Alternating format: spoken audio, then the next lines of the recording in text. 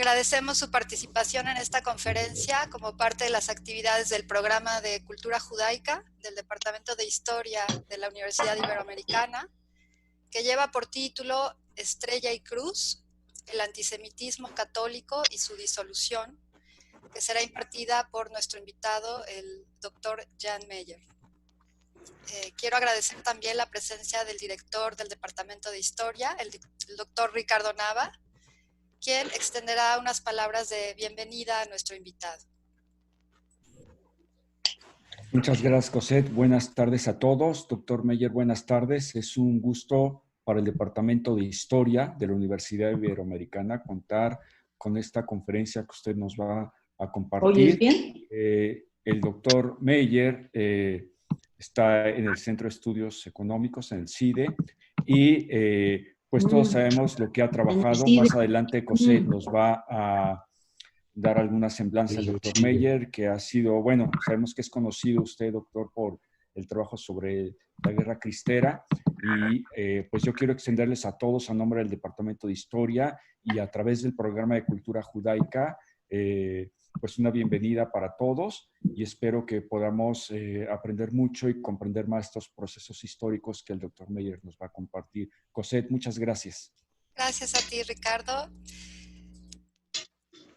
Efectivamente es un honor que esté el doctor Meyer con nosotros. Voy a pasar a dar una semblanza breve de su trayectoria académica.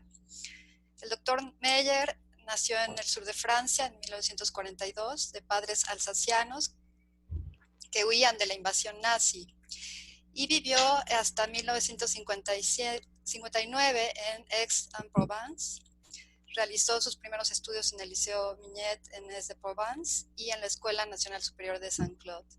Obtuvo la licenciatura y el grado de maestro en la Universidad de la Sorbonne en 1962 y 1963, respectivamente, antes de ir a México en 1965 para estudiar un capítulo inexplorado de la historia mexicana, el movimiento cristero. Concluyó sus estudios de posgrado y su doctorado en la Universidad de París, Nanterre, en 1971. Naturalizado mexicano desde 1977, es reconocido por haber realizado la primera investigación profunda sobre la guerra cristera. Su publicación, titulada La Cristiada, de 1973, cuenta con 3 volúmenes y ha sido reeditada hasta el año 2000. Mostró que el movimiento cristero no se trató de una reacción oligárquica contra la Revolución Mexicana, sino una lucha popular por conservar su libertad religiosa. Fue amigo y discípulo del también académico e historiador Luis González y González. Hasta 1987 publicaba exclusivamente sobre México y América Latina, pero desde 1988, sin olvidar a sus primeros temas, se enfoca en la historia de Rusia y de la URSS. Desde 1993 trabaja en el CIDE, en donde fundó la División de Historia y la revista trimestral Histor. Ha ejercido la docencia en la Sorbonne, Perpignan, la Universidad de París, el Colegio de México y el Colegio de Michoacán. También desde 1993 es investigador nivel 3 por el Sistema Nacional de Investigadores e investigador emérito desde 2007. Recibió la beca Guggenheim en 1997. Fue nombrado miembro de la Academia Mexicana de la Historia en el año 2000, ocupando el sillón 29. Es miembro de la Academia de Arts et Lettres de Aix-en-Provence. Recibió el Premio Nacional de Ciencias y Artes en 2011. Doctor honoris causa por la Universidad de Chicago en 2012. Miembro de la Academia de Historia y miembro honorario de la Academia Mexicana de la Lengua. Doctorado honoris causa en la Universidad de Guadalajara en 2015 y la Universidad Pontificia en 2017. Ha escrito cada domingo en el Diario Universal sobre temas de actualidad internacional y nacional. Dicta cátedra en el curso Historia Universal para alumnos del primer semestre de licenciatura en el Centro de Investigación y Docencia Económicas del CIDE. Algunas de sus obras más destacadas son La Cristiada, Historia de la Revolución Mexicana, 1924-1929, Coraje Cristero, la perestroika, el campesino en la historia rusa y soviética, la Revolución Mexicana, Rusia y sus imperios, 1894-1991, la gran controversia entre las iglesias católica y ortodoxa, la cruzada por México, los católicos de Estados Unidos y la cuestión religiosa en México, el celibato sacerdotal, su historia en la Iglesia Católica, y sus libros más recientes son La fábula del crimen ritual, el antisemitismo europeo 1880-1914 del año 2012. ¿Fábula de qué? Estrella y Cruz, la conciliación judio-cristiana 1926-1965, publicada en el año 2016.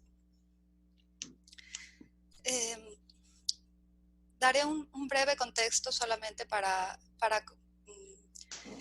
contextualizar en dónde se inserta esta conferencia y la motivación del programa de cultura judaica por hacerla, por invitar al Dr. Meyer justo en este tiempo. Estamos muy contentos y agradecidos de que el Dr. Meyer haya aceptado la invitación a impartir una conferencia magistral para el público de la Universidad Iberoamericana, sobre todo respecto a un tema que es particularmente inquietante en nuestros días, cuando la crisis sanitaria nos recuerda otros momentos similares de la historia en los que, ante una situación de pandemia, se recurría a la estigmatización de una población. La polémica antijudía por parte de la Iglesia Católica se apoyó en la leyenda de deicidio, los judíos habrían matado a Cristo, y se remonta a los primeros siglos de nuestra era, cuando el cristianismo se convierte en religión de Estado y los judíos son el foco de execración para afirmar la identidad hegemónica. Durante los siglos medievales, que estuvieron marcados por las cruzadas y las pestes, que llevaban al fanatismo y a diezmar a la población, como en la crisis de la peste negra de 1348, los judíos eran acusados de prolongar su maligna acción deicida al realizar una serie de rituales como el de torturar y matar a un niño cristiano, beber su sangre, profanar la hostia y envenenar los pozos, que se creía sería la causa de las epidemias. Estas acusaciones tuvieron como consecuencia las recurrentes medidas de marginalización y estigmatización sistemáticas, como colocar una insignia de tela o un sombrero característico que distinguiera a los judíos, la quema pública del Talmud hasta llegar a los linchamientos masivos. Sin embargo, tales medidas tenían una razón material de fondo: confiscar los bienes de los judíos o pedirles altas sumas para obtener el perdón, que claramente iban a parar a las arcas de la corona en donde aconteciera el caso: Inglaterra, Francia, Alemania, España o Portugal.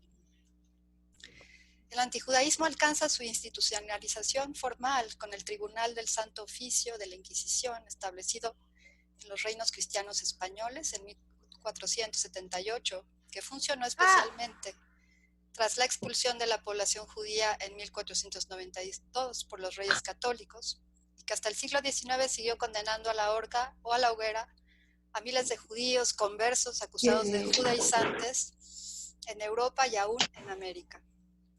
El Dr. Meyer ha realizado una investigación sobre ello en su libro La fábula del crimen ritual, el antisemitismo europeo 1880-1914, publicado en 2012, cuyo hilo conductor son los artículos antisemitas publicados por la revista Civiltà Católica. Puede decirse que todo este proceso culmina con la mayor de las catástrofes para el pueblo judío. Ay, nunca les hablé a la gente para que lo vieran. También llamada Holocausto, durante el dominio del régimen nazi en Alemania entre 1939 y 1945. Nuevamente, en este terrible suceso, el pogrom justificó toda suerte de saqueos y despojos materiales a las familias judías. La conciliación de judíos y cristianos, que se manifiesta en la escultura alegórica de Joshua Kaufman titulada Sinagoga e Iglesia en nuestro tiempo, del año 2015, y que hemos elegido para promover este evento, es significativa pues revierte siglos de discursos apologéticos y polémicos expresados en aquellas tradicionales alegorías de Iglesia et Sinagoga, como dos mujeres, la primera erguida y triunfante, la segunda caída y derrotada. Hoy contemplamos esta nueva expresión alegórica donde se muestran dos mujeres, una sosteniendo los rollos de la Torá y la otra sosteniendo la Biblia, cada una mirada que se extiende respetuosamente hacia el libro sagrado que sostiene la otra, lo que nos habla de cooperación y entendimiento mutuos. Si algo puede reconocer la Iglesia cristiana y enriquecerse con ello, son sus raíces judías. Este transcurso va a ser entrañablemente plasmado en el libro Estrella y Cruz, La conciliación judío-cristiana 1926-1965, del cual nos hablará nuestro invitado, pues lo hace también desde la memoria personal.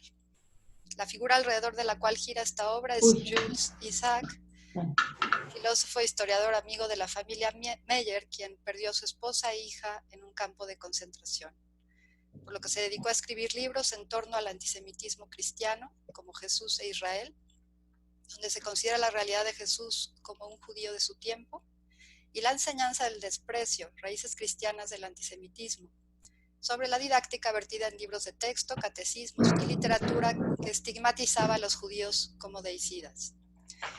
La labor de Jules Isaac comenzó por lograr una entrevista con Pío XXIII en 1949 para solicitar que se quitara de la liturgia de los Viernes Santo el improperio Pro Perfidis Judaeis, lo cual fue aceptado. También al fundar la Asociación Amistades Judio-Cristianas en Aix-en-Provence, de la cual eran miembros los padres del Dr. Jan Meyer. Más adelante, Jules Isaac logra una entrevista con el Papa Juan XXIII, en la que entrega un listado de propuestas para revisar las enseñanzas católicas de las iglesias sobre el judaísmo y los judíos. La infatigable labor de Jules Isaac, junto con Jacques Maritain y otros intelectuales cristianos, culmina en 1965, año en que concluye el Concilio Vaticano II, con lograr una declaración conciliar titulada Nostra Aetate, Nuestro Tiempo, que transformó las relaciones entre la Iglesia católica y las religiones no cristianas, en especial el judaísmo. Siguiendo esta labor de conciliación, el doctor Jan Meyer fundó en México, junto con Monseñor Carlos Aguiar y el rabino Marcelo Ritter, la sociedad que lleva el nombre Confraternidad Judeo-Cristiana. El trabajo del doctor Meyer es un registro histórico de la relación que la Iglesia Católica ha mantenido con el pueblo judío, en la que ha ido transitando del odio y la difamación al entendimiento y la cooperación inteligente. Conocer dicha historia nos libera de caer en patrones repetitivos y nos lleva a asimilar valores éticos por los cuales miremos el absurdo que significa el odio interreligioso, ya que al fin de cuentas no es la religión, sino la política o la economía la que se encuentra en la raíz de estos conflictos. Como el profesor Meyer menciona en un texto referido a la relación entre violencia y religión, cito, los políticos y los doctrinarios del nacionalismo no ven en la religión una vivencia espiritual, sino una bandera que simboliza la última encarnación del espíritu nacional. Sin duda, la ignorancia y la violencia constituyen la pandemia más importante a superar. Para el programa de Cultura Judaica del Departamento de Historia es un honor y un gusto dar la bienvenida al doctor Jan Meyer.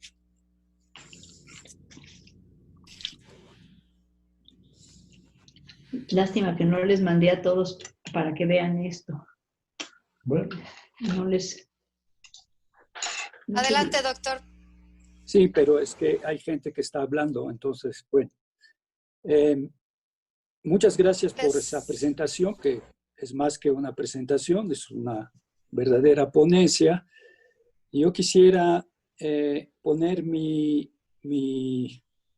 discurso bajo la imagen, la pintura del gran...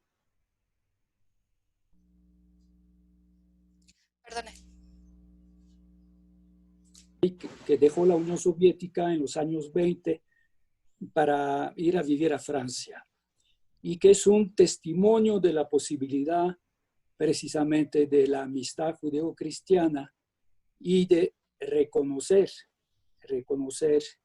la proximidad, más que proximidad, el parentesco entre las dos fes.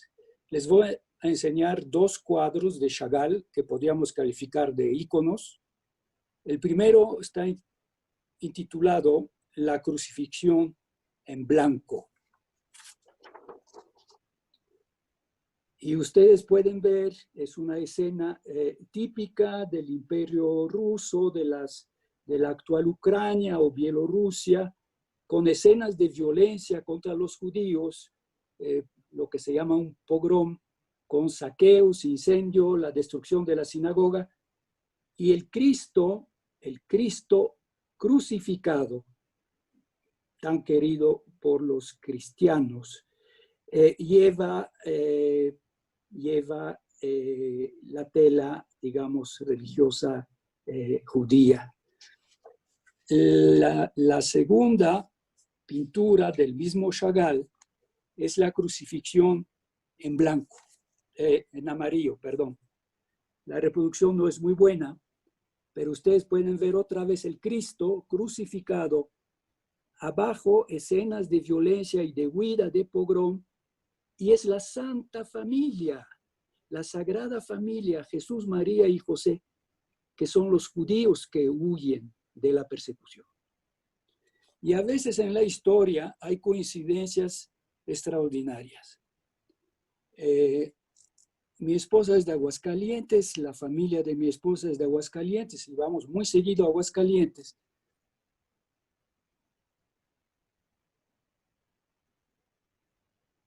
Cristo Rey. Y la primera vez que entré a ese templo me llamó la atención el vitral que está a la derecha del altar central. Y ese vitral es la estrella de David, y delante de la estrella de David, un crucifijo clásico católico mexicano. Y como decía usted, es también una historia personal. Quiero mencionar a dos personas franceses, un hermano y una hermana, que son considerados en Israel como los justos. Los justos son los no judíos que salvaron a judíos durante la Segunda Guerra Mundial, al peligro de su vida.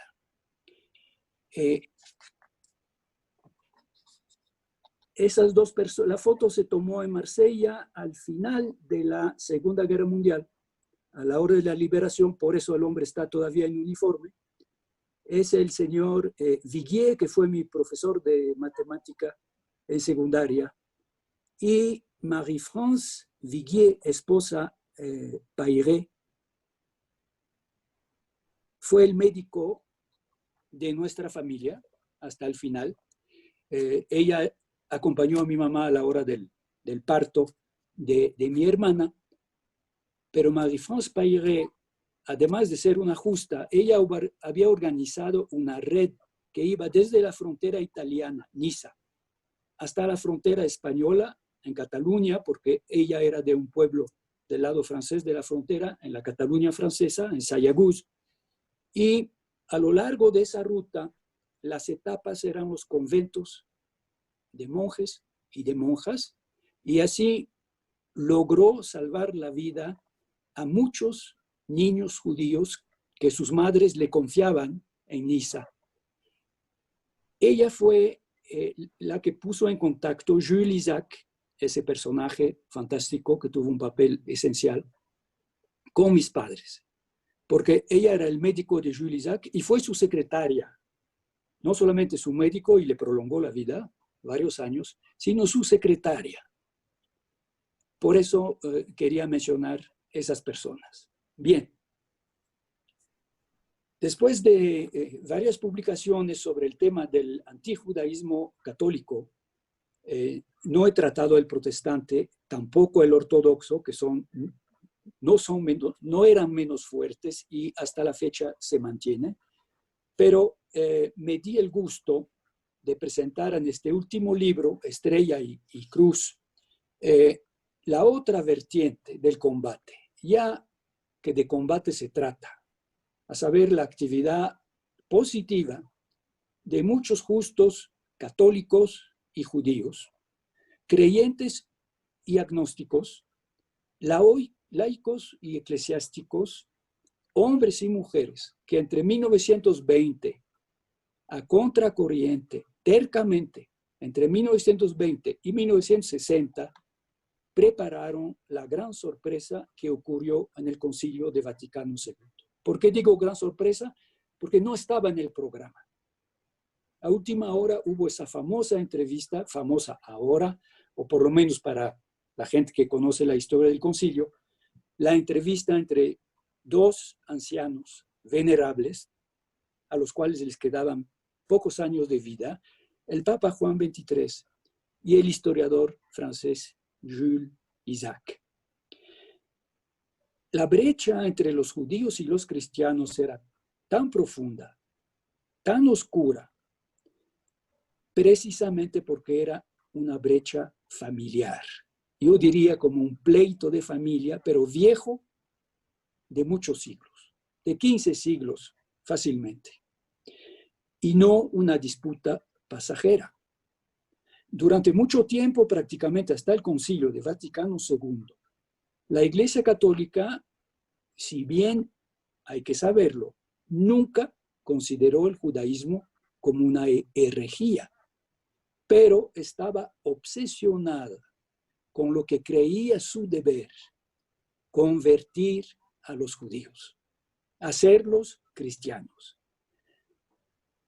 Y mientras, bueno, pues el buen pueblo cristiano los consideraba como los asesinos de Dios, y es el famoso crimen, la acusación del crimen de deicidio, que es un absurdo, pero un absurdo mortífero y muy difícil, quizá en nuestro mundo católico occidental hoy en día está un poco olvidado, espero que sí. No estoy totalmente seguro. Una antropóloga polaca publicó hace poco un libro que es trabajo de campo con sus estudiantes antropólogos y hablando con mucha gente de las clases populares polacas, llegan a la conclusión de que quizá el 8%, yo no sé qué valga el porcentaje, pero el 8% de los polacos todavía creen en la fábula del crimen ritual. Déjeme explicarle, usted lo presentó en su ponencia, pero les voy a leer lo que no es un cuento, es una no grabación, porque el anciano no, digamos, en aquel entonces las grabadoras necesitaban enchufe eléctrico, no eran de pilas, pero el anciano ruso en los años 60 es un abuelo que cuenta a sus nietos la hermosísima historia del niño Jesús. Entonces les voy a leer ese pasaje. Érase una vez en un reino lejano un inmenso pecado. El Señor decidió salvar a los hombres del pecado y les mandó sobre la tierra su Hijo bien amado Jesucristo. Tan pronto como Jesús apareció entre los hombres se volvieron felices. Tomó pan y les dio a comer a todos. Los bautizó en el agua del Jordano y les dijo: de aquí en adelante será usted un pueblo bautizado ortodoxo. Pero los pinches judíos que no quieren trabajar, sino solamente hacer comercio en los templos sagrados, para ellos no habrá reino de Dios. Y los judíos entonces empezaron a pensar cómo hacer morir al niño divino, el Hijo querido de Dios, Jesucristo. El jefe de los judíos era Judas, el anticristo. Judas, el anticristo, reunió toda la judería mundial, esa pandilla de ladrones, y dijo: mientras viva Jesucristo no podremos dominar al pueblo cristiano. No podremos hacer trabajar para nosotros los hombres y las mujeres ortodoxas. No podremos tomar la sangre de los pequeños niños ortodoxos para cocer nuestra matza de la Pascua. La matza son sus galletas impuras. Un día Jesús subió a un jardín y Judas y los otros judíos lo estaban espiando escondido en la maleza. Lo agarraron, lo jalaron sobre el monte, le clavaron las manos y los pies en una cruz pensando que iba a morir.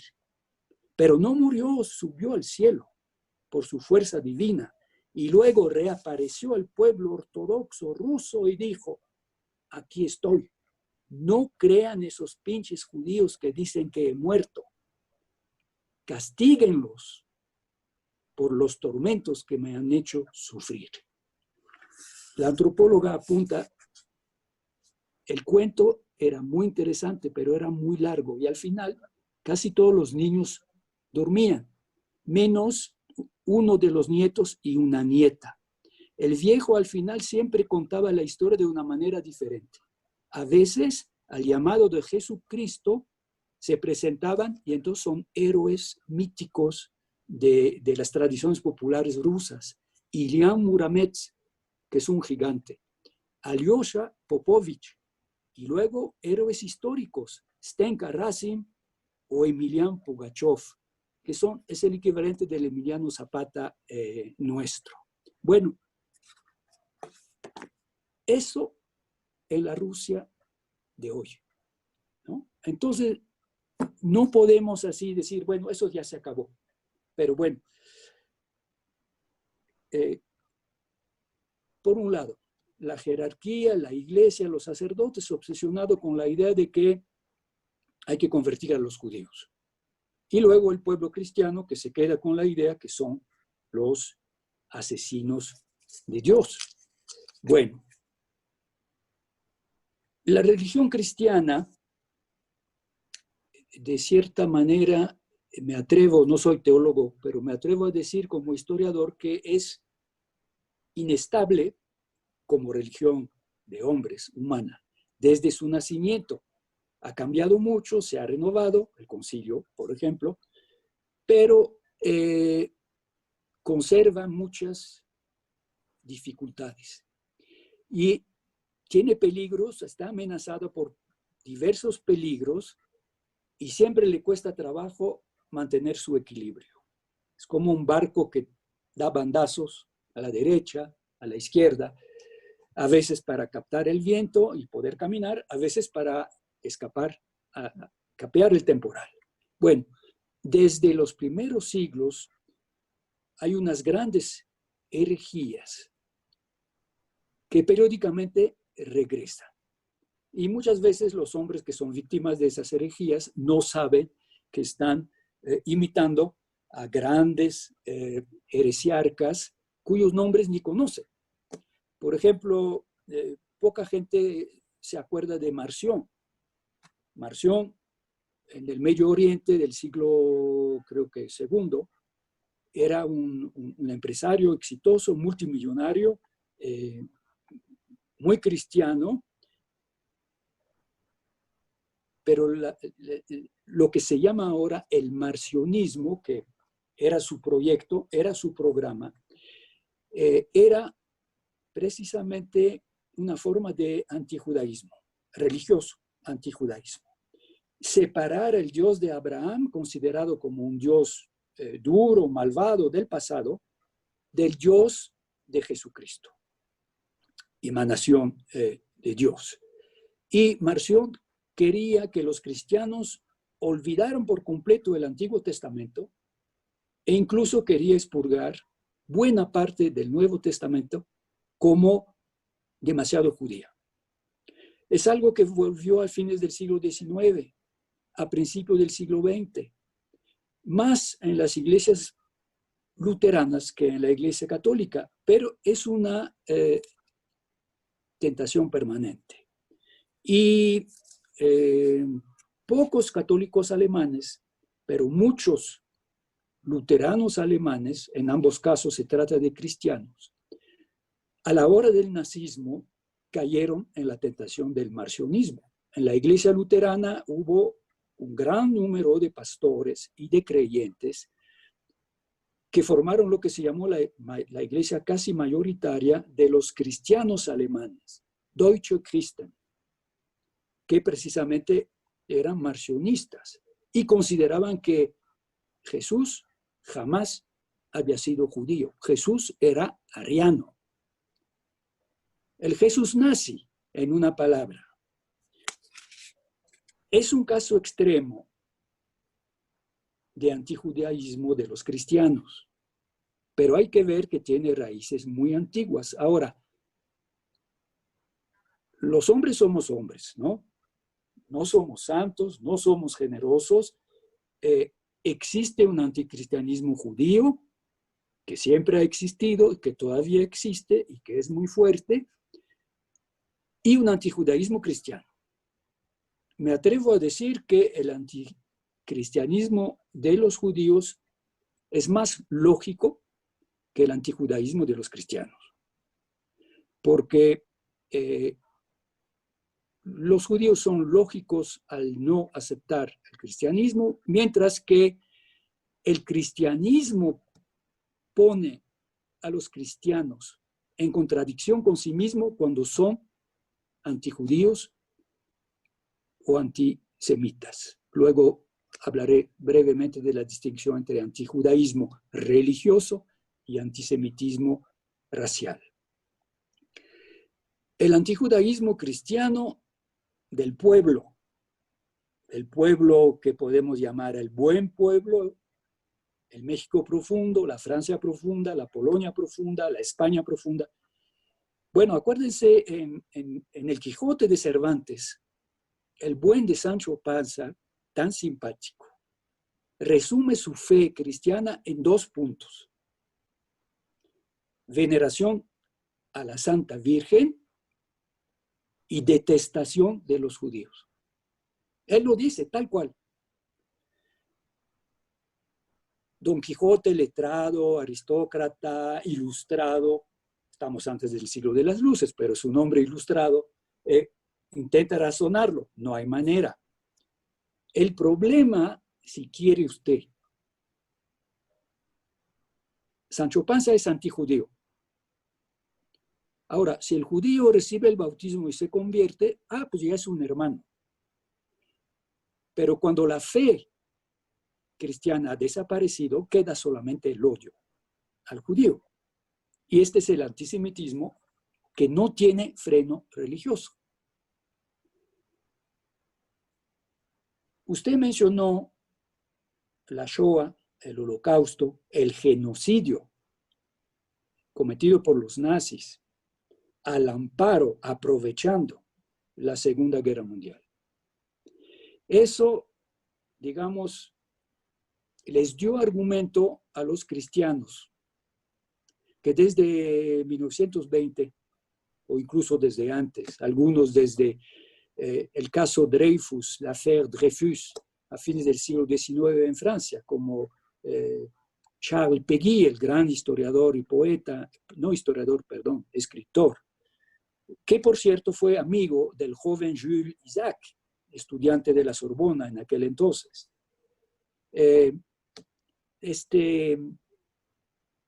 La Shoah les dio argumento a esa gente, que hay que reflexionar sobre la responsabilidad de los cristianos en esa catástrofe. Él todavía no era papa, pero en 1996 o 95, el cardenal Ratzinger, alemán, en un libro que se llama La sal de la tierra, que consulté en francés, se publicó en 1997 en París y se llama Le sel de la terre, la sal de la tierra, el original en alemán. En la página 242 dice: es importante que el holocausto no haya sido cometido por unos cristianos y al nombre de Cristo, sino por anticristianos y como una fase prealable al exterminio del cristianismo. Aquí abro un paréntesis. La etapa siguiente, efectivamente, del nazismo era acabar con el cristianismo. Tenemos un texto de Himmler, Heinrich Himmler, el jefe de la siniestra orden, casi como una orden de caballeros de la Edad Media con sus rituales, de la SS, de la Schutzstaffel. No los soldados combatientes de la Waffen-SS, sino los de uniforme negro, de la calavera y de las tibias, ¿no? Y su sueño mayor era ver colgado en la Plaza San Pedro de Roma el Papa con todas sus revestimentas pontificales. Ese era el sueño de Himmler, para explicarle lo que dice Ratzinger de una fase prealable al exterminio del cristianismo. Pero luego sigue Ratzinger. Pero eso no cambia nada al hecho de que hombres bautizados eran responsables. Tanto Hitler como Goebbels, Goebbels un hombre muy inteligente con doctorado, ya no tenía nada de católicos, pero habían sido bautizados. Y para un creyente sacerdote como el cardenal Ratzinger, un sacramento es imborrable. Entonces, ya no eran enemigos del cristianismo, pero bueno. Eso no cambia nada al hecho de que unos hombres bautizados eran responsables. Incluso si la SS era una organización de criminales ateos, si ya no tenían nada de cristianos, el hecho es que habían sido bautizados. Y concluye con esa frase muy fuerte: el antisemitismo cristiano había preparado el terreno hasta cierto grado. Eso no se puede negar y es un motivo para un constante examen de conciencia de los cristianos. Estaba aludiendo a lo que Jules Isaac llama la enseñanza del desprecio. Este es el último librito de Jules Isaac, publicado en 1957, que regaló al Papa Juan XXIII cuando lo encontró. Bueno, responsabilidad de los cristianos. Nunca, digamos, es muy agradable tener que reconocer ese tipo de cosas, pero mire, tengo a la mano un misal mexicano, editado en Barcelona, pero es el que circulaba en México. Es un misal de los años 50, antes del Concilio de Vaticano II. Y voy a la liturgia del Viernes Santo, que le llamó fuertemente la atención a Jules Isaac y es lo que le dio el valor de emprender su gran libro Jesús e Israel, que lo empezó a escribir en la Segunda Guerra Mundial, ya escondiéndose como judío. Y les leo el comentario del misal que dice que después del oficio de la pasión del Viernes Santo hay una serie de oraciones y cada vez el celebrante desde el altar dobla la rodilla, extiende los brazos y ruega por la Santa Iglesia, por el Papa, por el Obispo, por los ministros, por el jefe del Estado, por los catecúmenos, por el remedio de todos los males espirituales, por los herejes y cismáticos, por los judíos y al final por los paganos e idólatras. Al terminar cada oración, el diácono dice: doblemos las rodillas. Yo de chico lo recuerdo, todavía se celebraba en latín, flectamus genua. Y luego decían, levántense. Bueno, el misal sigue. Mas al rogar por los judíos que dieron muerte al Hijo de Dios, omítese la genuflexión en demostración de horror al deicidio. Es un misal publicado en Barcelona con el nihil obstat de la iglesia del obispo Gregorio, obispo de Barcelona, ¿no? Es decir, significa que el obispo considera que es la buena doctrina de la iglesia. Ahí está la acusación del deicidio, que es una cosa que desde San Agustín hasta el Concilio de Vaticano II, pasando por los concilios de Letrán en el siglo XIII, pasando por San Bernardo, pasando por no solamente el Concilio de Trento, sino el catecismo del Concilio de Trento, que dice: Cristo murió en la cruz por nuestros pecados y sigue en la cruz todos los días por nuestros pecados. No se menciona a los judíos. Y el famoso texto el famoso texto que es la 9ª oración, la de los judíos, la 10ª es para los paganos e idólatras, se la leo.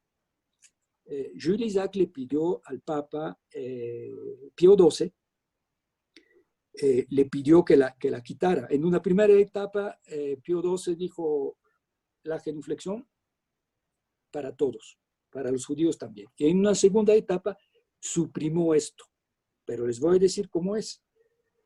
Oremos asimismo por los pérfidos judíos. Jules Isaac pidió que se quitara la palabra pérfidos, para que Dios nuestro Señor quite de sus corazones el velo que los ciega, a fin de que ellos también puedan conocer a Jesucristo nuestro Señor. No se repite oremos, ni se doblan las rodillas, sino que se dice inmediatamente: omnipotente sempiterno Dios, que ni la misma perfidia judaica excluís de vuestra misericordia. Admitid las súplicas para que ese pueblo, etcétera, etcétera, ¿no? Pero pérfidos judíos, perfidia judaica. Es lo que, digamos, sintetiza o simboliza lo que Jules Isaac llama la enseñanza del desprecio.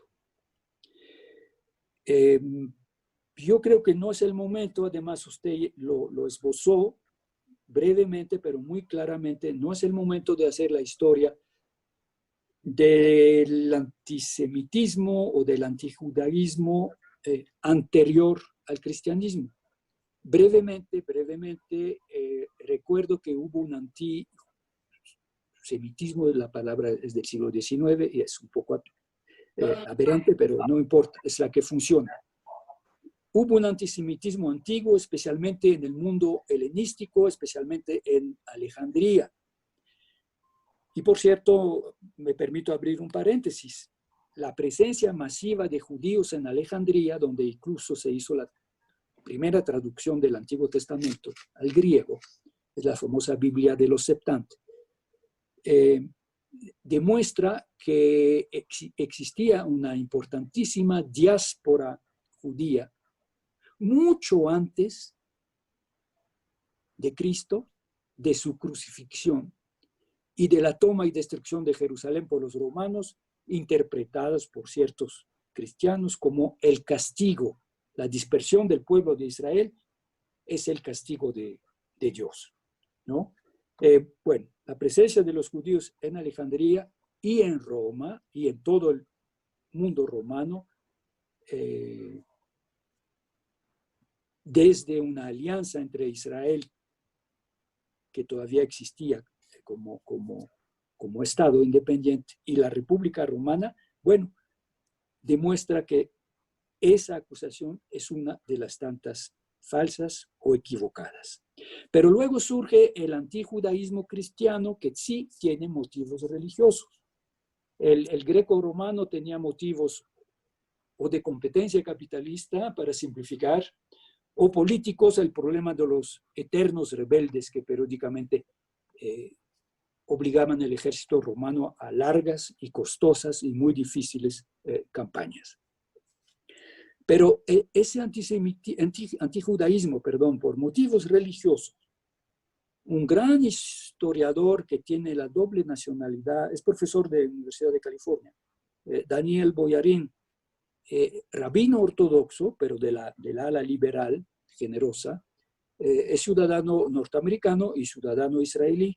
Tiene un libro fabuloso que se llama Dos naciones en tu vientre, donde a partir de la historia de Esaú y Jacobo, que se estaban peleando en el vientre de su madre, que sufría horriblemente, Esaú y Jacobo. Esaú, el primogénito,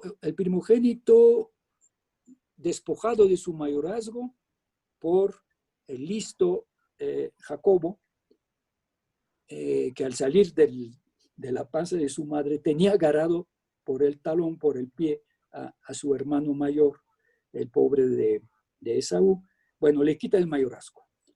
Y desde que surge el cristianismo, los cristianos dicen, bueno, Jacobo después, acuérdense que cambia de nombre en su lucha con el ángel, que es la representación de Dios, y se llama Israel. Bueno, los cristianos dicen, Israel, los judíos han dejado de ser Jacobo e Israel. El verdadero Israel es la iglesia cristiana. Y así empieza una larga historia de competencia, de rivalidad y de odios recíprocos. Cuando el Imperio Romano, a fines del siglo IV, se vuelve cristiano, y cuando los cristianos están en el poder, pues periódicamente, digamos, aprovechan su poder político para presionar los judíos. Pero realmente las violencias empiezan, como usted lo mencionó, con las cruzadas. Con las cruzadas que provocan una gran emoción popular, porque hay la cruzada de los caballeros, pero hay también la cruzada del pueblo bajo, la famosa cruzada de Pedro el Eremitano. Y cuando atraviesan Alemania, esas multitudes, esos ejércitos no, porque estaban armados ¿con qué? Con palos y piedras y cuchillos. Hombres, mujeres y niños, cuando atraviesan Alemania y en las ciudades alemanas se encuentran grandes comunidades judías, pues hay algunos monjes exaltados que dicen, ¿por qué vamos tan lejos a matar a los infieles musulmanes si aquí tenemos a otros enemigos de Dios, que son los judíos, que han crucificado a Dios? Y son las primeras grandes matanzas históricas perpetradas por cristianos. Con las cruzadas y después de las cruzadas surgen los esfuerzos muy grandes para empujar los judíos a la conversión. Controversias públicas, presiones de todo tipo, y cuando baja usted en la categoría social, aquí prosperan la acusación, la leyenda, famosa leyenda del crimen ritual, que es, digamos, repetir en forma mítica, popular, un poco como el cuento de Caperucita Roja y el Lobo, o Pulgarcito, que es la leyenda del crimen ritual, que es la transposición de la acusación teológica y teológicamente equivocada, pero no importa, porque la mantiene el misal hasta los años 50, de deicidio. Ese pueblo ha cometido el único crimen imperdonable, mató a Dios. Bueno, como les decía, el cristianismo puede ser un nido de contradicciones. Contradicciones en las teorías, en la teología, en las creencias, pero también en las conductas. Porque en esa época los papas protegen a los judíos. Y los mejores teólogos, un gran santo como San Bernardo, por ejemplo, protegen a los judíos. Cuando San Bernardo se entera que uno de sus discípulos, de sus alumnos, un monje alemán cuyo nombre no recuerdo, predicaba el odio de los judíos e incitaba al populacho a saquear el barrio judío y eventualmente a matar judíos, se enojó muchísimo y mandó una carta que mandó a todos los obispos alemanes para que las leyeran, diciendo, no toques al judío, el judío es la niña del ojo de Dios. Les leo un texto del Papa Inocencio IV. Es un texto de 1247. El Papa recibió peticiones de auxilio de rabinos de Alemania. Y el Papa promulga una bula, que es una de las variedades de textos pontificales, la mandó a todos los obispos de la cristiandad latina. En aquel entonces las iglesias orientales ortodoxas ya estaban separadas. O mejor dicho, las dos iglesias se habían separado, la católica y la ortodoxa. Les leo el texto del Papa Inocencio. El texto lo encontré en el Preciso de Historia Judía del gran historiador judío ruso Simón Dubnov, que fue asesinado a sus 80 y tantos años, en 1941 por los nazis. El Papa dice: escuchamos las quejas amargas de los judíos que cubren de calumnias abyectas para tener un pretexto para atacarlos y saquear sus bienes. Tan pronto como se encuentra el cadáver de un hombre asesinado, se acusa a los judíos. Sin instrucción judicial, encarcelan inocente, los atormentan, los torturan y los condenan a una muerte vergonzosa. Así, los judíos tienen que sufrir a manos de señores y monarcas actuales mucho más que sus antepasados sufrieron en Egipto bajo el yugo de los faraones. No permitimos que se persecute a los judíos y les ordenamos, hermanos obispos, tratarlos con benevolencia.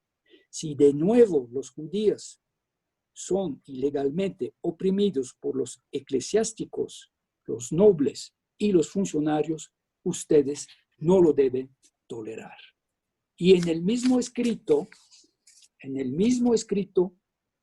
denuncia la leyenda del crimen ritual. 25 años después, su sucesor Gregorio X dice exactamente lo mismo. Los enemigos de los judíos los calumnian, dicen que secuestran y asesinan a escondidas niños cristianos y dan en sacrificio su corazón y su sangre. Mientras que los propios padres de esos niños y otros cristianos, enemigos de los judíos, esconden precisamente esos niños para poder atacar a los judíos y sacarles dinero para que los dejen en paz. 1422, el Papa Martín V, para obligar a los judíos a pagar como un secuestro, para despojarles de su fortuna y de sus bienes, para poder apedrearlos, los cristianos inventan que los judíos juntan a su pan ácimo sangre humana. Les acusan de ese crimen de manera totalmente injusta para llevarlos a su pérdida. Así lanzan el pueblo contra los judíos para matarlos, tiranizarlos, oprimirlos por todos tipos de persecuciones. Me dirán ustedes, ¿cómo es posible entonces que haya sobrevivido durante tanto tiempo la leyenda del crimen ritual? Es que en el siglo XIX, el antisemitismo moderno le dio una publicidad a lo que era como leyendas populares, patrañas populares. Y hubo una cantidad de escritores, ensayistas, historiadores, para intentar documentar y darle una base a esto. Y lo más terrible del caso, por eso escribí el libro, La fábula del crimen ritual. El antisemitismo europeo 1880-1914. En la portada, yo no estaba de acuerdo, pero finalmente sí tuvo razón la directora de la colección en la editorial, Verónica Flores, Tusquets. Es una pintura, creo que del siglo XVII, que se encontraba en una catedral de Polonia. Digo se encontraba porque después del Concilio Vaticano II la retiraron, está en la sacristía.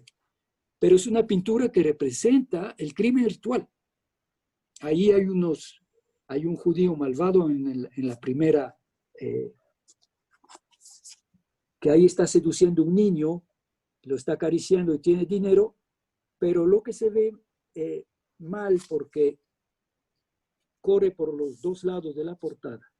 es que hay un niño ya sacrificado en un barril que está lleno de picos, y abajo hay un rabino que recoge la sangre en el platón, la sangre con la cual después se va a amasar el panásimo de la Pascua, que es, aparte de que es una acusación mortífera, es una acusación patológica y blasfema. Pero bueno,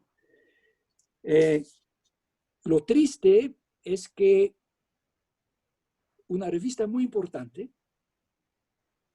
y en los otros aspectos yo diría incluso esencial, una revista que existe hasta la fecha, y felizmente hace mucho que ha cambiado, Civiltà Católica, una revista quincenal publicada en Roma, se creó en el siglo XIX, después de la Revolución de 1848, fue confiada a jesuitas, que era como la inteligencia, la vanguardia intelectual, para luchar contra todos los enemigos de la Iglesia.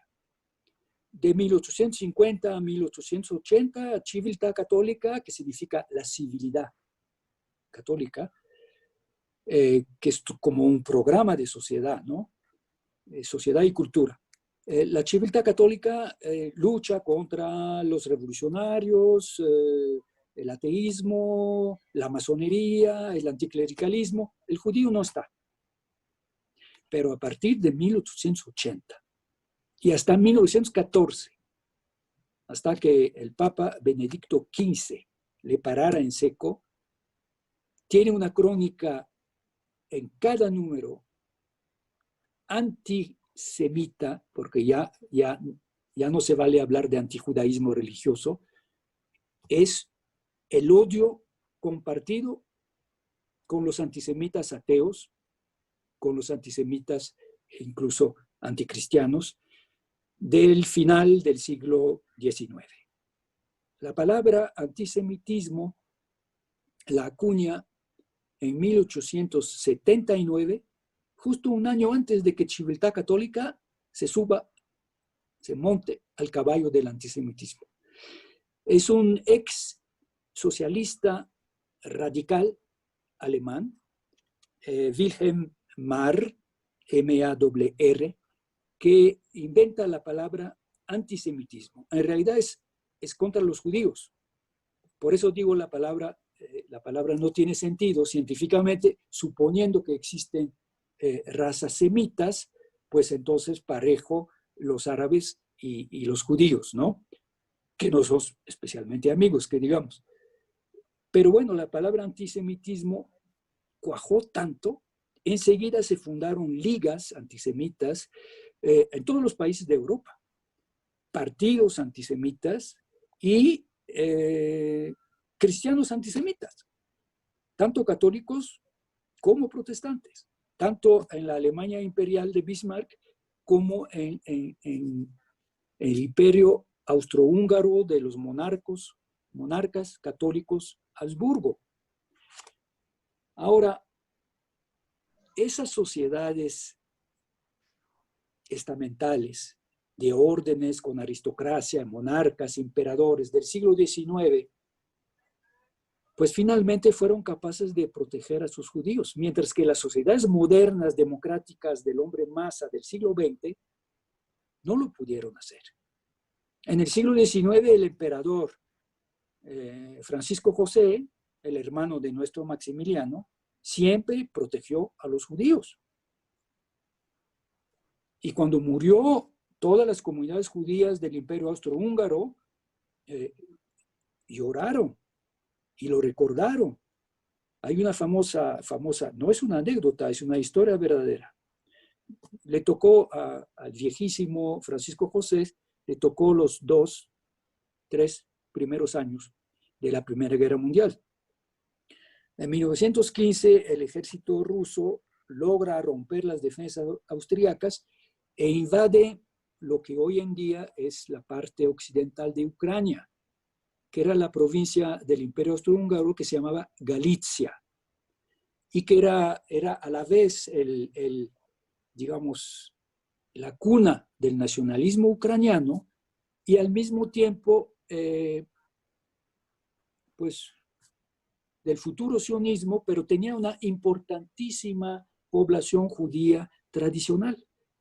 De ahí vienen, por ejemplo, los padres de Sigmund Freud, que van a Viena después. Bueno, cuando el ejército ruso entra en Galicia, no confundir con la Galicia española, cuando entra en Galicia, empieza inmediatamente a matar judíos, lo que se ve en las pinturas de Chagall, ¿no?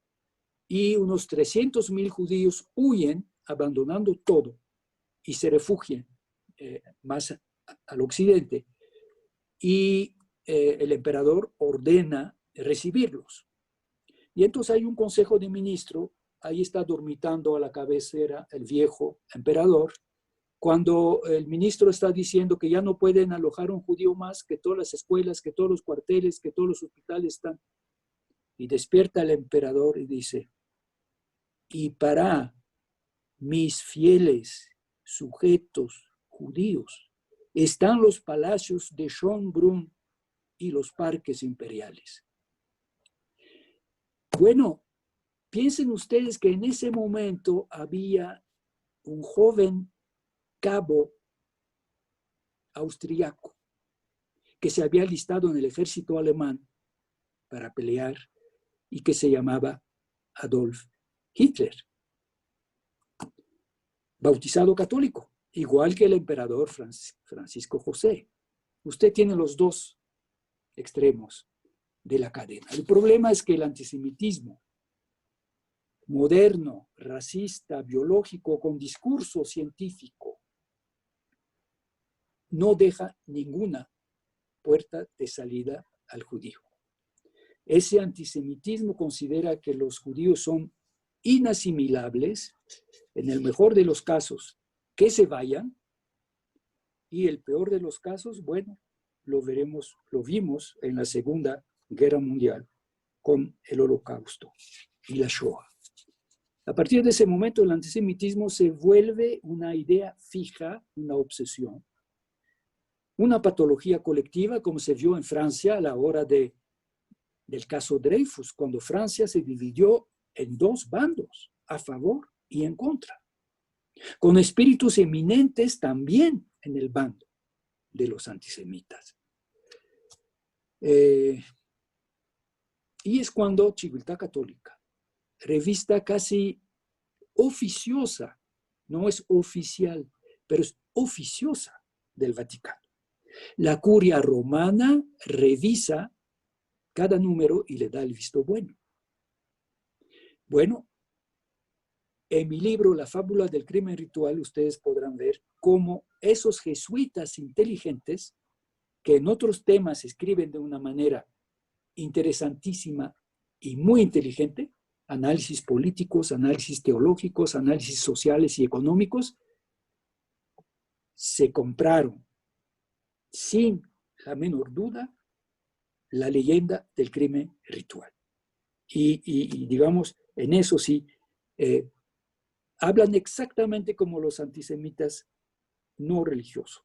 Denuncian la conspiración judaica, la conspiración judeo-masónica, que hay un proyecto de gobierno mundial secreto, que los judíos controlan la banca, los gobiernos que están infiltrados hasta en el Vaticano. Y los símbolos, el banquero Rothschild y el primer ministro inglés, amigo de la reina Victoria, Disraeli. Un alemán publica un libro, Theodor Fritsch publica un libro a fines del siglo XIX que se llama El catequismo de los antisemitas, en forma de catecismo, con preguntas y cuestiones y respuestas. 25 ediciones en 7 años. Ese mismo Theodor Fritsch es el que traduce y da a conocer los famosos protocolos de los sabios de Sion, que es un apócrifo inventado entre la policía secreta, la Ojrana del zar, y algunos cristianos ortodoxos. Bueno, el año pasado yo todavía encontré ejemplares en edición popular de los protocolos de sabio de Sion publicados en español, sin pie de imprenta, a la salida del metro. Y un amigo que conoce el tema me dice que esas ediciones están financiadas por Arabia Saudita. Y por cierto, si el mundo cristiano en general, con excepciones que ya mencioné, ha abandonado la idea de la leyenda del crimen ritual, en el mundo musulmano sigue actuando. Antes de la primavera árabe, en 2007, el gobierno sirio financió una serie televisiva sobre el tema del crimen ritual. Y el Egipto de Mubarak, del presidente Mubarak, financió una película de gran espectáculo sobre el tema del crimen ritual. Pero bueno, me estoy extendiendo demasiado sobre el tema para entender qué fue el antisemitismo, primero el antijudaísmo cristiano, después el antisemitismo, y como ese antisemitismo ateo no solamente no disolvió el antijudaísmo cristiano, en lugar de despertar los cristianos y decir eso no es posible, resucitó y exaltó el antijudaísmo. Y ahí sí, realmente los cristianos cometían un error garrafal, porque la iglesia cree en la unidad del género humano. La iglesia nunca ha comprado la patraña del racismo y de las razas inferiores y de las razas superiores. Pero ahí está el contraste entre su doctrina oficial, su teología, su buena teología, los papas defensores de los judíos y luego la práctica de los clérigos y del pueblo cristiano. En los catecismos, en las oraciones, por ejemplo el Viernes Santo, en las familias, en las leyendas, en las opiniones, bueno, otra vez Sancho Panza, ¿no? Y aquí tengo un expediente que no les voy a leer, pero que les demuestra que difícil es erradicar esto. Yo tengo todo un expediente de correspondencia con un señor, no voy a mencionar su nombre, no es una mala persona, pero un señor de Michoacán que en nuestra larga correspondencia llegó a afirmar el nazi y daba el nombre de su pueblo, ¿no? Y me escribía unas cartas donde seguía mencionando los protocolos de los sabios de Sion y diciendo que los judíos eran los enemigos de la humanidad, el enemigo hasta la médula,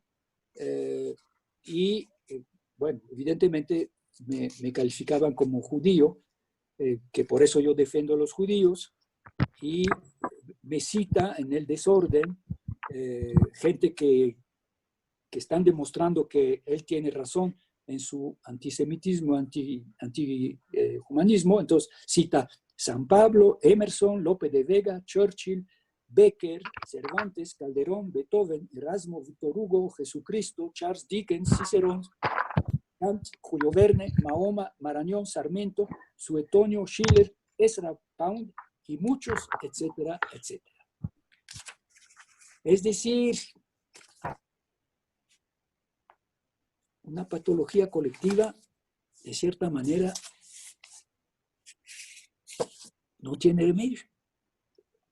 No tiene remedio, y donde sí debemos reconocer retrospectivamente, esperando que eso ya haya terminado finalmente con Vaticano II, debemos reconocer que la Iglesia había permitido ese humo, esa tierra, humus, esa tierra negra, fértil, donde prosperaba el monstruo.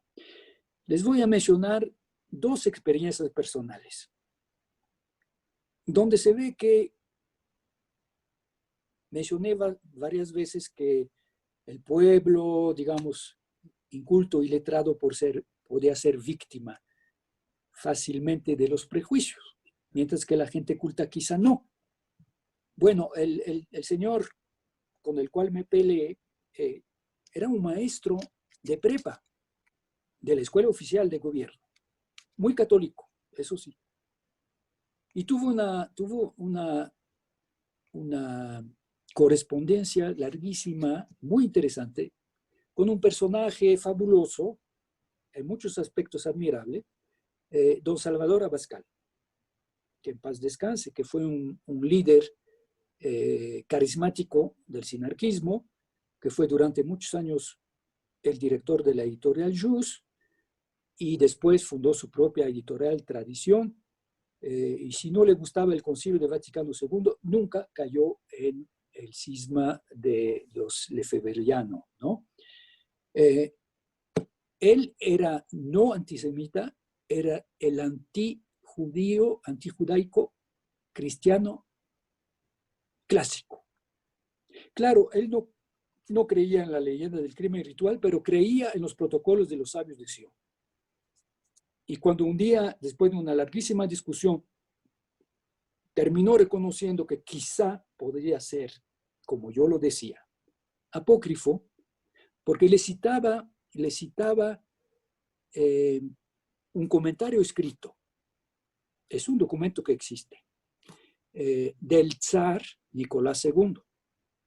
En 1905, cuando salen los protocolos de los sabios de Sion, el jefe de la policía le enseña al zar, y el zar lo lee, y cuando el zar se entera, porque el policía presume de que ellos lo han fabricado, el zar escribe al margen que ni para una causa justa, la causa justa sería combatir a los judíos, ¿verdad?, se puede usar medios injustos.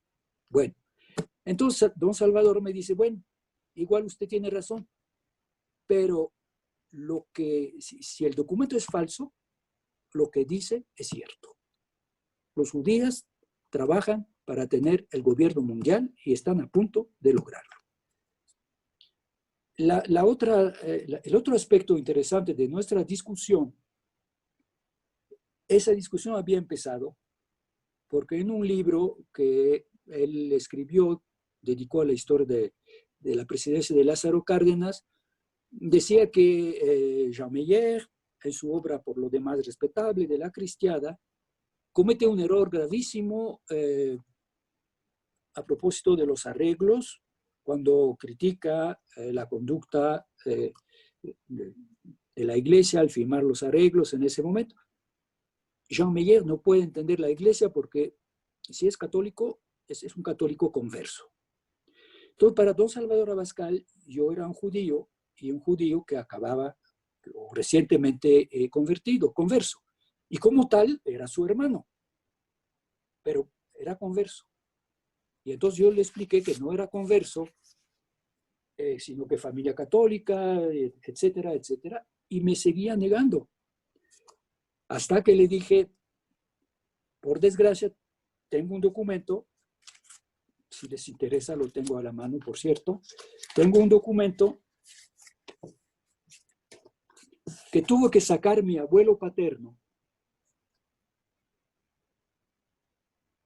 que se llama José Meyer, porque era director de escuela primaria en Estrasburgo.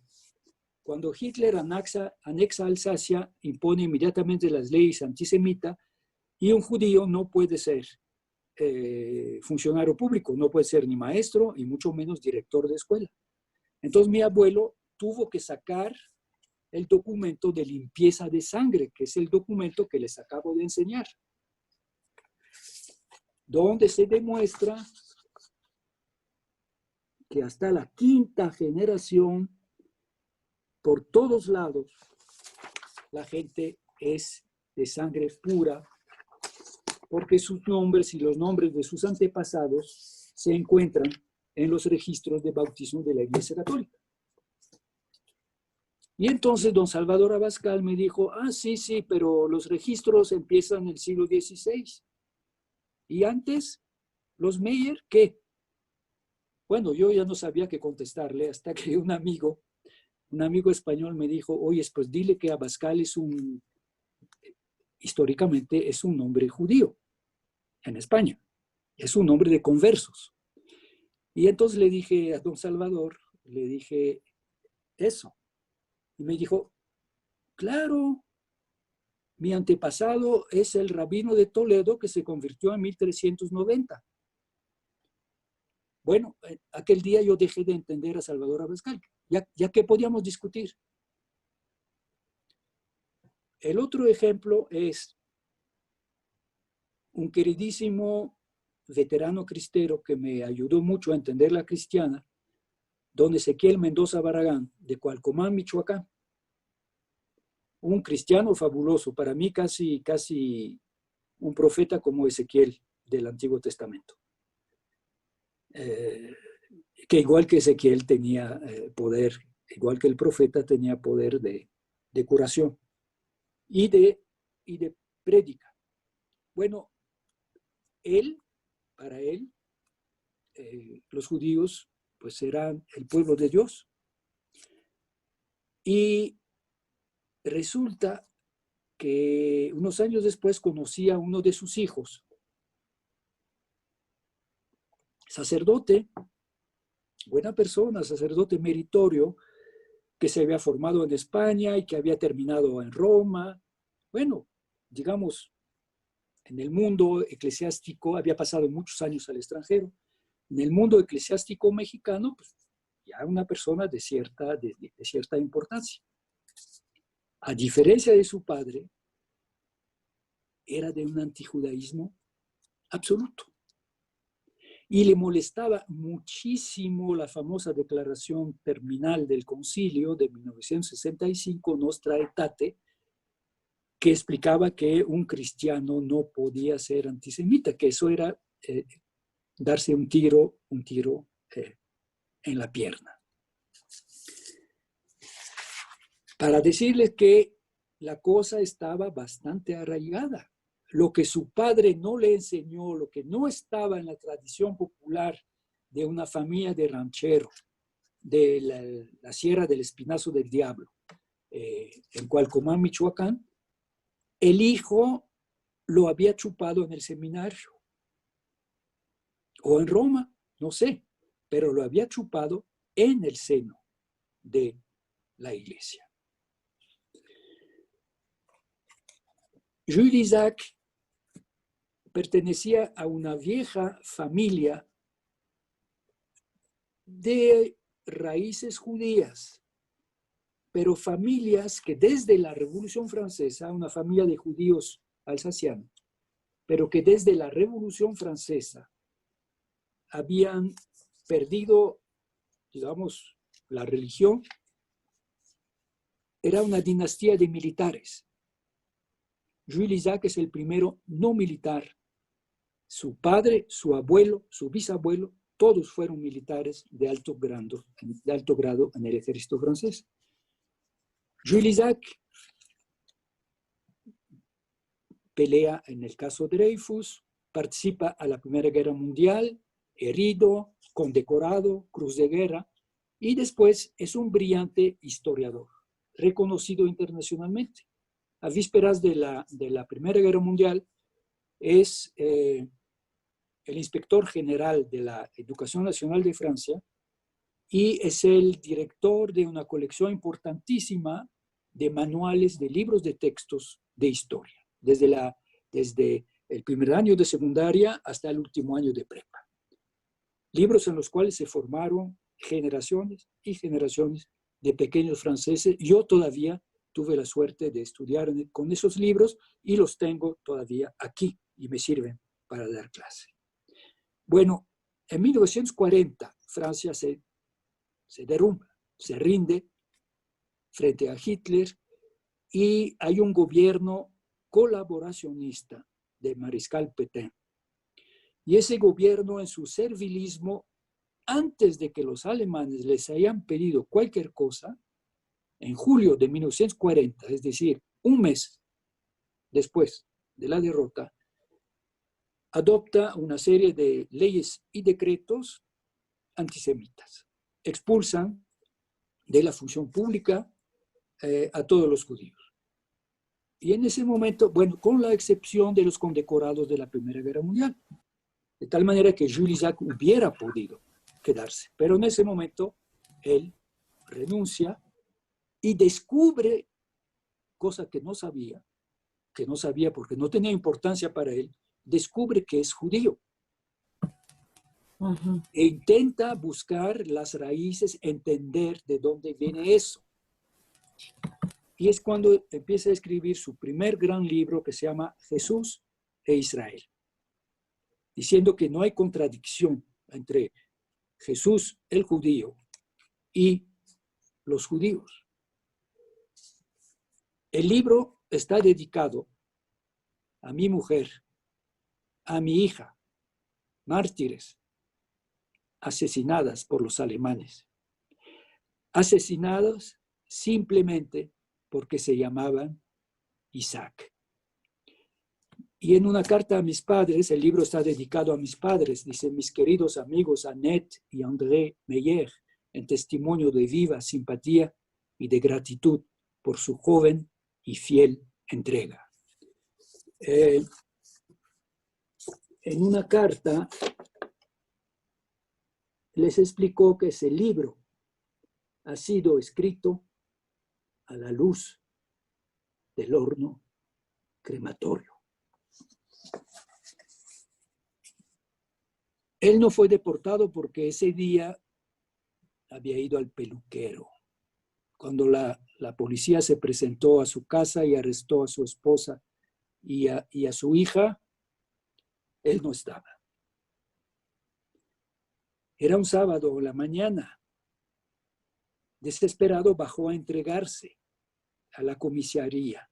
Y ahí el soldado alemán le dijo: el sábado en la tarde no trabajamos, regrese el lunes. Entre el sábado y el lunes, amigos convencieron a Jules Isaac de que era un absurdo entregarse. Todavía no se sabía que la deportación significaba la muerte. Pero, y entonces él en la clandestinidad, escondido por, digamos, algunos de esos justos, terminó ese libro. Ese libro que engendró toda su obra siguiente, 20 años de combate contra lo que llama la enseñanza o la pedagogía del desprecio. Algunos lo han acusado de ser anticatólico, porque efectivamente no habla de los protestantes, tampoco habla de los ortodoxos. Pero Jules Isaac lo explica muy bien. Se trata de ser eficaz. Se trata de extirpar las raíces del antisemitismo. Contra el antisemitismo nazi o ese tipo de antisemitismo no se puede hacer nada. Pero el antisemitismo cristiano sí se puede demostrar que está equivocado, que es una contradicción profunda en los términos. Y es lo que hace Jules Isaac como historiador. ¿Y por qué se limita a la Iglesia Católica? Porque la Iglesia Católica es una institución universal centralizada, donde una decisión en la cabeza, desde la Santa Sede, puede tener una eficacia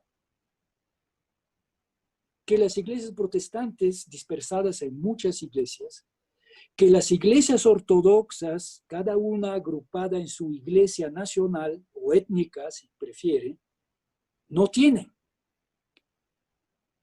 Si usted logra convencer al patriarca de Constantinopla, que tiene una primacía de honor entre las iglesias ortodoxas, de que el antijudaísmo cristiano está equivocado, será una pequeña victoria, pero usted no habrá convencido al patriarca de Rusia, que por cierto hoy en día sigue manteniendo esa vieja tradición antijudía.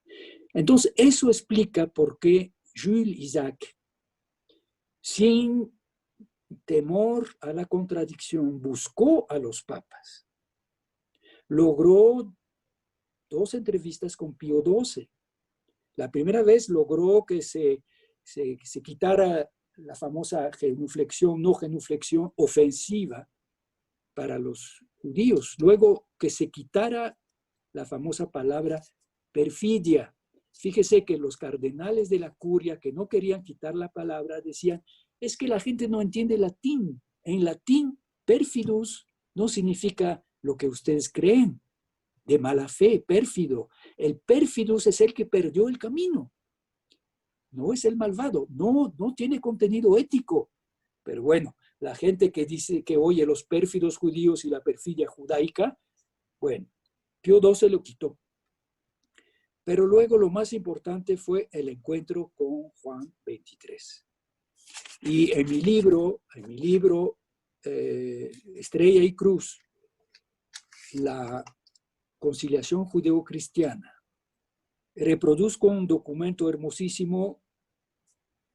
Cuando regresó de Roma, Jules Isaac convocó a mi papá, que era en aquel entonces un joven profesor de historia, como su gran maestro, y a mis padres les había agarrado una gran cariño, gran amistad. Cada jueves en la tarde, en aquel entonces el jueves en la tarde no había clases en Francia, era una tarde de descanso.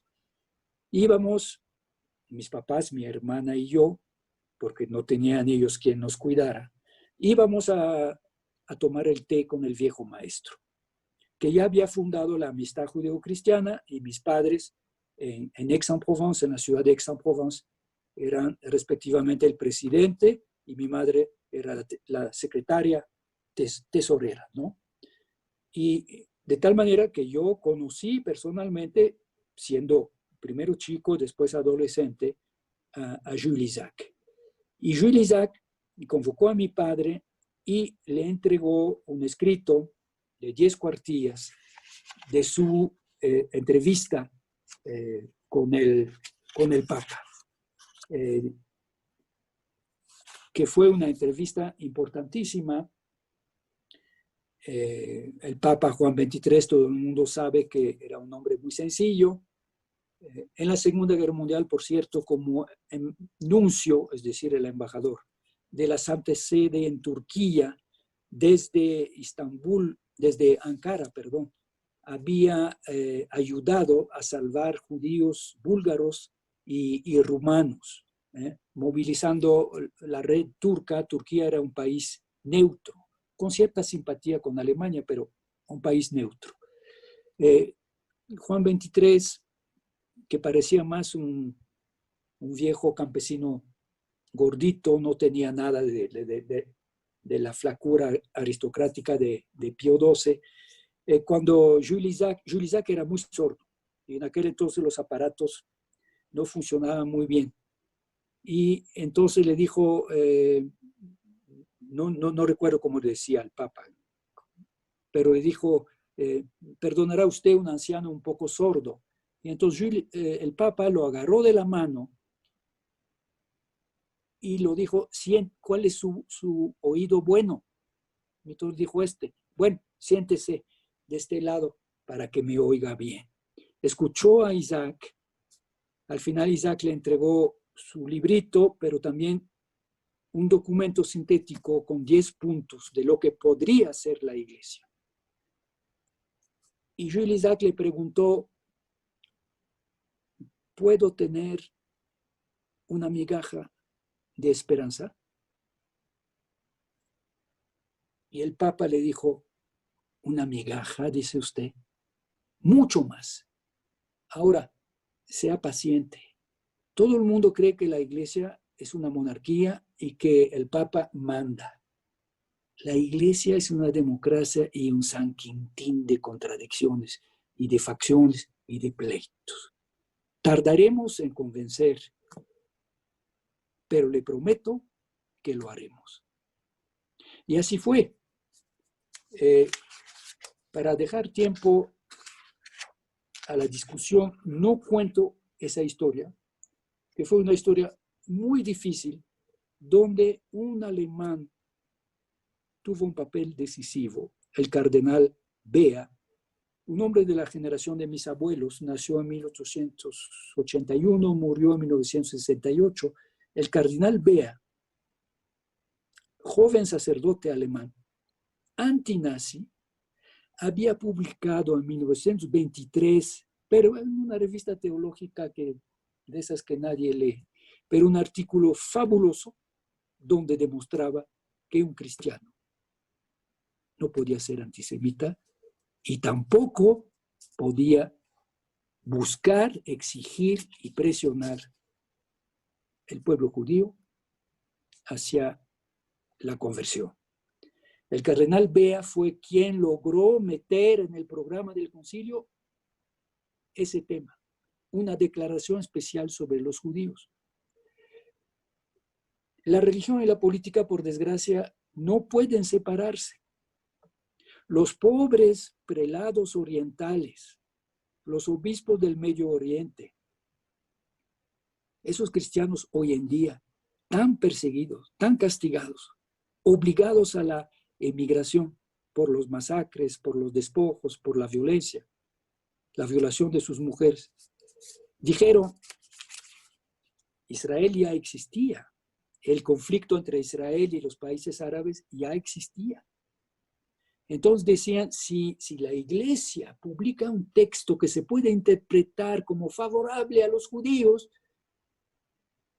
los gobiernos árabes van a decir que Roma apoya a Israel en ese conflicto y nosotros vamos a pagar el pato. Eso explica la larga dificultad y por qué al final, digamos, la versión final, si es muy positiva, de todos modos sí es edulcorada si uno la compara con el programa de Jules Isaac y con los primeros borradores. Pero por fin, eso fue la base para que se hiciera la paz entre las dos ramas de la religión bíblica, salvando la identidad propia de cada uno. 2 niños en tu vientre. Fue muy difícil. Los textos de Vaticano II sobre la cuestión de los judíos, Nostra Aetate, fueron los textos más debatidos y más conflictuales, lo que señala por lo mismo la importancia del tema. Desde aquel entonces, eso ya no está en mi libro, pero se ha fundado un Consejo Internacional de Cristianos y Judíos en la búsqueda de bases religiosas comunes que contribuyan a un mundo mejor. Ha habido mucho trabajo, muchos encuentros. El Papa Juan Pablo II ha tenido un papel decisivo, pidiendo perdón, pidiendo a la Iglesia en el año 2000 de hacer un examen de conciencia y un acta, oración de arrepentimiento. Y quiero terminar con una historia muy bonita. Hace algunos años murió el cardenal, arzobispo de París, muy amigo del Papa Juan Pablo II, al grado de que algunos decían que podía ser el Papa después de Juan Pablo. Pero no fue el caso, murió. Este hombre se llama